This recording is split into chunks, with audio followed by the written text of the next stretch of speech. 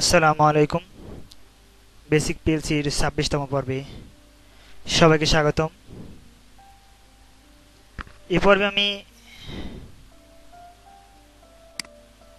যে সেন্সর বিভিন্ন টাইপ রয়েছে তো সেই সম্পর্কে কিছুটা ধারণা দেওয়ার চেষ্টা করব। বর্তমান সময়ে পিএলসি এবং মাইক্রো কন্ট্রোলারের কাজটিকে আরও বেশি ত্বরান্বিত করেছে বিভিন্ন প্রকার সেন্সর। সেন্সরের মাধ্যমে কাজগুলো আমরা অনেক সহজে করতে পারি।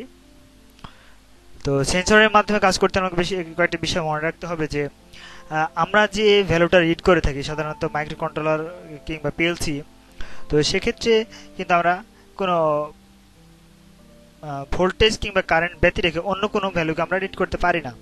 যেমন আমরা যদি টেম্পারেচার সেন্সরের কথা বলি, তো টেম্পারেচার সেন্সর আমরা সাধারণত যে টেম্পারেচারটা পেয়ে থাকি ডিগ্রি বা সেলসিয়াস ফারেনহাইট, এই ভ্যালুটা কিন্তু ডাইরেক্ট মাইক্রো কন্ট্রোলার কিংবা পিএলসি রিড করতে পারে না।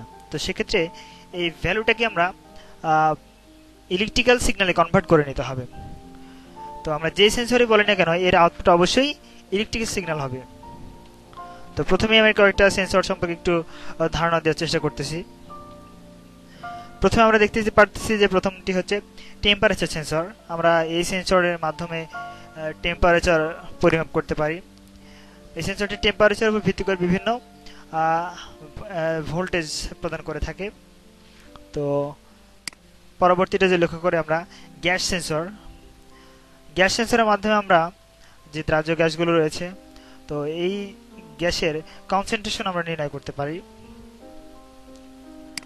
পরবর্তীটা যে লক্ষ্য করি আমরা দেখতে পাচ্ছি লাইট সেন্সর বা ফটো সেন্সর বলা হয় অনেক ক্ষেত্রে, যে আলোর তীব্রতার পরিমাপ আমরা এই সেন্সরের মাধ্যমে করতে পারি। আলো পরিমাণ কতটুকু তা আমরা এই সেন্সরের মাধ্যমে খুব সহজে নির্ণয় করতে পারি, কারণ এই সেন্সরের মাধ্যমে যে আলো পরিবর্তনের সাথে সাথে আমার ভোল্টেজে লিনিয়ারিটি পরিবর্তন হয়, সেই পরিবর্তনের মাধ্যমে আমি আলোর তীব্রতাটা পরিমাপ করতে পারি। চতুর্থটি দেখতেছি আমরা হিউমিডিটি সেন্সর। এই সেন্সরের মাধ্যমে আমরা বায়ুতে আর্দ্রতা কতটা রয়েছে তা পরিমাপ করতে পারি। পঞ্চমটি হচ্ছে মোশন সেন্সর, যা পিআর সেন্সর বলা হয়। এই সেন্সরের মাধ্যমে আমরা যেগুলো প্রাণী রয়েছে যেমন মানুষ কিংবা ছাগল, গরু, এই জাতীয় প্রাণীগুলোর ক্ষেত্রে এদের উপস্থিতি আমরা পরিমাপ করতে পারি, নির্ণয় করতে পারি, এবং তাদের নড়াচড়াটাও আমরা মেজার করতে পারি। এবার ষষ্ঠ নম্বর দেখতেছি আমরা প্রক্সিমিটি সেন্সর, সবচেয়ে বহু পরিচিত একটা সেন্সর প্রক্সিমিটি সেন্সর। এই সেন্সর আবার দুটি টাইপের হতে পারে, একটা ইন্ডাকটিভ প্রক্সিমিটি আর আরেকটা হচ্ছে ক্যাপাসিটিভ প্রক্সিমিটি। তো এই বিষয়টা পরবর্তী আলোচনা করার চেষ্টা করবো ইনশাল্লাহ। তো প্রক্সিমিটি সেন্সরের মাধ্যমে আমরা কোনো অবজেক্টের ডিস্টেন্স মেজার করতে পারি। সপ্তম নম্বর যে দেখতে পাচ্ছি কারেন্ট সেন্সর। এই সেন্সরের মাধ্যমে আমরা কারেন্টের মান পরিমাপ করে নিতে পারি। অষ্টম নম্বর ভোল্টেজ সেন্সর। ভোল্টেজ সেন্সরের মাধ্যমে আমরা ভোল্টেজ পরিমাপ করে নিতে পারি।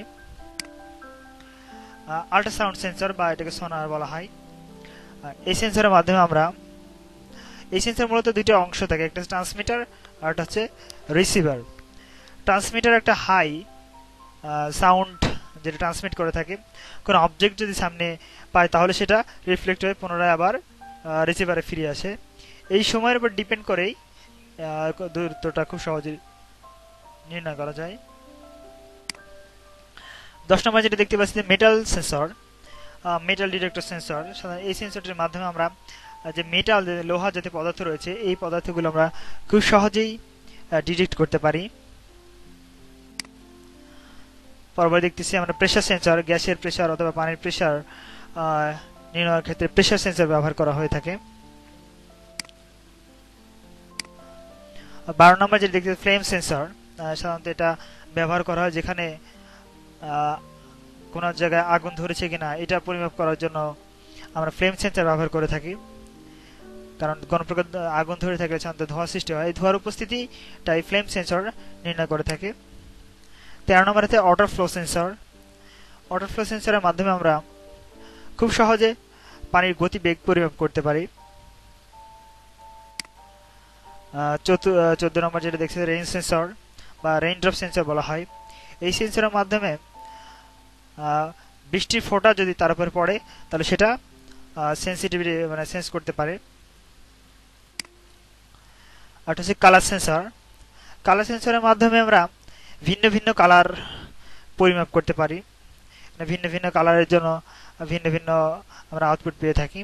তার উপর বেস করে বিভিন্ন ভোল্টেজের উপর বেস করেই আমরা বুঝতে পারি যে আসলে এটা কালারটা কেমন বা কালারটা কি হয়ে থাকতে পারে।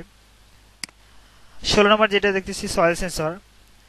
সয়েল সেন্সরের মাধ্যমে আমরা মাটিতে আর্দ্রতা পরিমাপ করতে পারি।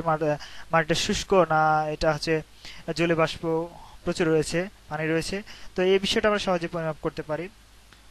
তো তাহলে আজকে আমরা জানতে পারলাম যে বিভিন্ন যে সেন্সর রয়েছে সেন্সরের পরিচিতি এবং বিভিন্ন কাজের জন্য যে বিভিন্ন প্রকার সেন্সর রয়েছে সেই সেন্সর সম্পর্কে কিছুটা ধারণা দেওয়ার চেষ্টা করলাম। তো আগামী পর্বে আমরা বিভিন্ন সেন্সরের অ্যাপ্লিকেশন সহ এবং ওয়ার্কিং প্রসিডিওর এবং ল্যাডার লজিক কীভাবে ডেভেলপমেন্ট করতে হয় সে বিষয়টা নিয়ে আলোচনা করব ইনশাআল্লাহ।